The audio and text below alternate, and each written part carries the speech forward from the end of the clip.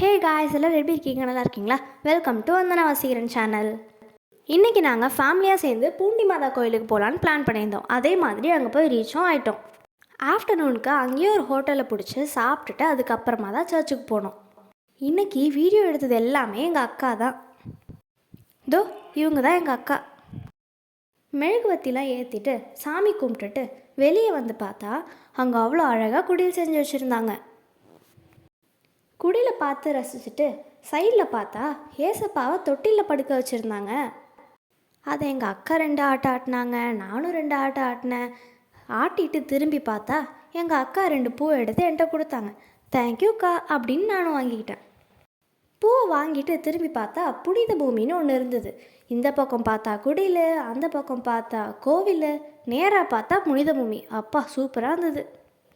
வெளியே ஒரு ஆளுக்கு 5 ருபீஸ் கொடுத்தா தான் உள்ளே போக முடியும்னு சொன்னாங்க. சரின்னு 5 ருபீஸ் கொடுத்துட்டு உள்ளே போனோம். உள்ளே போனது தான் கண்ணை மூடவே முடியாத மாதிரி எல்லாமே அவ்வளோ சூப்பராக இருந்தது. உண்மையான மனுஷங்க மாதிரி, உண்மையான விலங்குகள் மாதிரிலாம் செஞ்சு வச்சுருந்தாங்க. அதுக்கு கீழே அதோட பேரையும் போட்டு வச்சுருந்தாங்க. நீங்களே பாருங்களேன், எவ்வளோ சூப்பராக இருக்குல்ல. சைடில் மட்டும் பார்க்காம கொஞ்சம் மேலேயும் பார்த்தா உண்மையான குகை மாதிரியே செஞ்சு வச்சுருந்தாங்க. எல்லாத்தையும் சுற்றி பார்த்துட்டு படிக்கட்டு மேலே ஏறி போனால் அங்கே இயேசுவை சிலுவையில் அரைஞ்சது மாதிரி ஒரு சுருவம் செஞ்சு வச்சுருந்தாங்க. அது அப்படியே ரியலாக இருக்க மாதிரியே இருந்தது. இது எல்லாத்தையும் பார்த்து முடிச்சுட்டு படிக்கட்டு வழியாகவே இறங்கி அப்படியே வெளில வந்தாச்சு. அவ்வளோ சூப்பராக இருந்தது.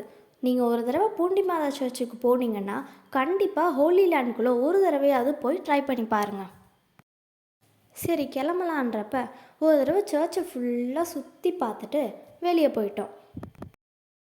வெளியே போய் பார்த்தா நிறைய புனிதர்களோட ஸ்டாச்சுலாம் வச்சுருந்தாங்க. அது ஒன்று ஒன்றா அப்படியே பார்த்துட்ருக்கப்ப திடீர்னு லைட்டு போட்டாங்க. ஈவினிங் ஆனால் லைட்டு போடுவாங்க போல்.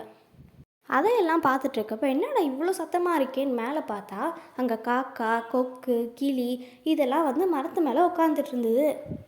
ஓகே கைஸ், மறக்காமல் சப்ஸ்கிரைப் பண்ணிடுங்க. பாய் பாய்.